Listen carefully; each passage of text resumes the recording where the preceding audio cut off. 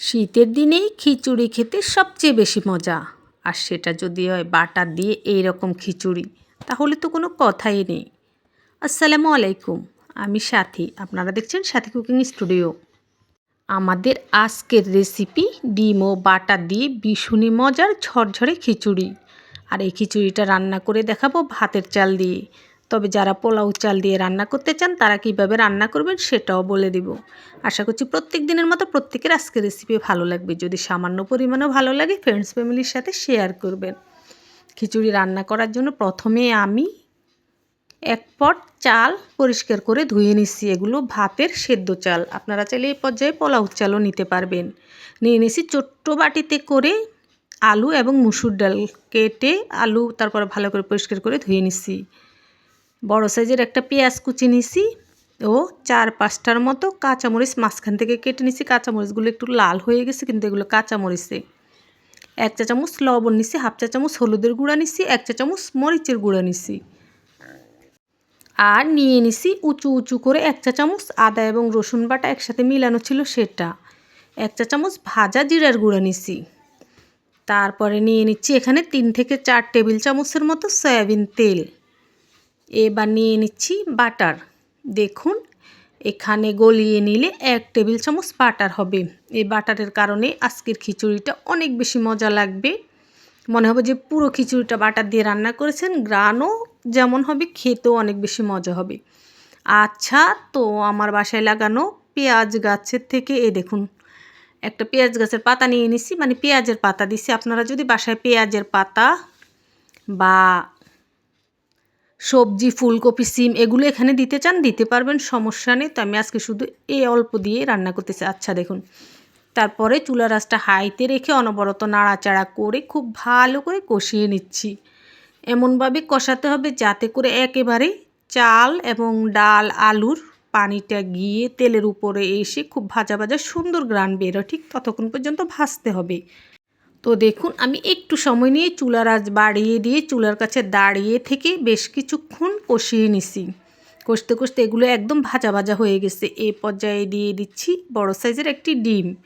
ডিমটা দেওয়ার পরে এবার ডিমটাও এই চাল ডালের সাথে খুব ভালো করে মিশিয়ে খুব ভালো করে ভেজে নেব। এমনভাবে ভেজে নিতে হবে এই ভাজার সাথে যেন ডিমের কাঁচা গন্ধটা চলে গিয়ে ভাজা ভাজা গন্ধ আসে, ঠিক সেরকম।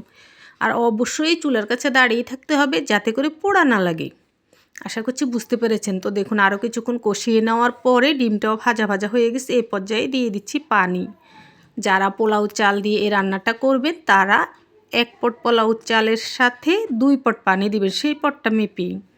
তো এখানে আমি ভাতের চাল দিয়ে রান্না করতেছি, তাই এখানে 1 পট ভাতের চালের সাথে আমি 3 পট পানি দিছি। আশা করছি হিসেবটা বুঝতে পেরেছেন। আবারও বলে দিচ্ছি, পোলাও চাল দিয়ে রান্না করলে 1 পট চালের সাথে 2 পট পানি দিবেন। আর সবজির জন্য এক্সট্রা পানি দিতে হবে না। আর যদি ভাতের চাল দিয়ে রান্না করেন সেই ক্ষেত্রে 1 পট চালের সাথে 3 পট পানি দিবেন। আশা করছি বুঝতে পেরেছেন।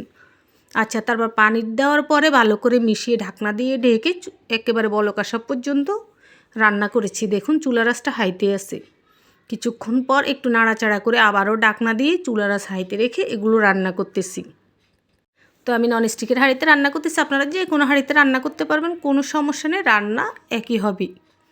আচ্ছা, তো এভাবে আমি 2 থেকে 3 বারের মতো ঢাকনাটা সরিয়ে নাড়াচাড়া করেছি। এর থেকে অতিরিক্ত নাড়াচাড়া করতে হবে না। এবং তারপর এই রকম দেখুন গায়ে গায়ে পানি আসা পর্যন্ত এরকম ভেজা ভেজা থাকবে, ঠিক এই রকম হওয়া পর্যন্ত রান্না করে নিছি। এবার খুব ভালো করে উল্টে পাল্টে নাড়াচাড়া করে এগুলোকে পাতিলের মধ্যে একটু গোল করে দিছি। তারপর ঢাকনা দিয়ে ঢেকে চুলার আঁচ লোতে রেখে দমে রাখবো। পোলাও রান্না করলে আমরা যেরকম দমে রাখি ঠিক সেই রকম। তো দেখুন 5 থেকে 6 মিনিটের মতো দমে রাখার পর এগুলোকে আবার উল্টে পাল্টে নাড়াচাড়া করে দিচ্ছি। আর এরই মধ্যে গায়ে গায়ে যে পানিটা ছিল সে পানিটা গিয়েও একেবারে ঝরঝরে হয়ে গেছে দেখুন। তবে আরেকটু হবে, আরেকটু ঝরঝরে হবে এবং সেই সাথে সাথে আরেকটু সেদ্ধ হবে। তাই উল্টে পাল্টে নাড়াচাড়া করে আবারও চুলার আঁচ লোতে রেখে ঢাকনা দিয়ে ঢেকে প্রায় 6-7 মিনিটের মতো দমে রাখবো। এরই মধ্যে খুব ভালোভাবে হয়ে যাবে।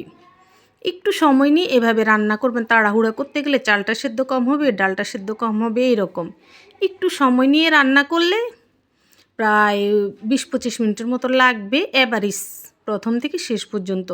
দেখবেন খিচুড়িটা খেতে অনেক ভালো লাগবে, সেদ্ধও ঠিকমতো হবে এবং খিচুড়িটা এইরকম ঝরঝরে হবে। আর বাটার আর ডিম দেওয়ার কারণে এই খিচুড়িটা যে কী পরিমাণ মজা হয়েছে, কী পরিমাণ গ্রান এটা, সেটা আপনারা রান্না করলেই বুঝতে পারবেন। তো খিচুড়িটা রান্না হয়ে গেছে দেখুন। দমে রাখার পরে ঢাকনাটা সরিয়ে উল্টে পাল্টে নাড়াচাড়া করে নিছি। খিচুড়ি রান্না শেষ। এবার দেখুন আপনাদেরকে খিচুড়িটা বেড়ে দেখালাম কেমন হয়েছে। রান্নাটা কমপ্লিট হওয়ার পরে খিচুড়িটার কালারটা খুব সুন্দর হয়েছে, অনেক ঝরঝরে আছে। আশা করছি আজকের এই খিচুড়ি রান্না আপনাদের ভালো লাগবে। বন্ধুরা, আপনারা বাসায় অবশ্যই ট্রাই করবেন, খেলেই বুঝতে পারবেন। আসলে দেখতে ভালো না লাগলেও অনেক সময় খাবার পর বোঝা যায় খাবারটা কেমন হয়েছে। আশা করছি শীতের দিনে এই মজাদার খিচুড়ি সবার ভালো লাগবে। আপনারা শীতের সকালে নাস্তা হিসেবেও এটা বানিয়ে খেতে পারবেন। সবাই ভালো থাকবেন, সুস্থ থাকবেন।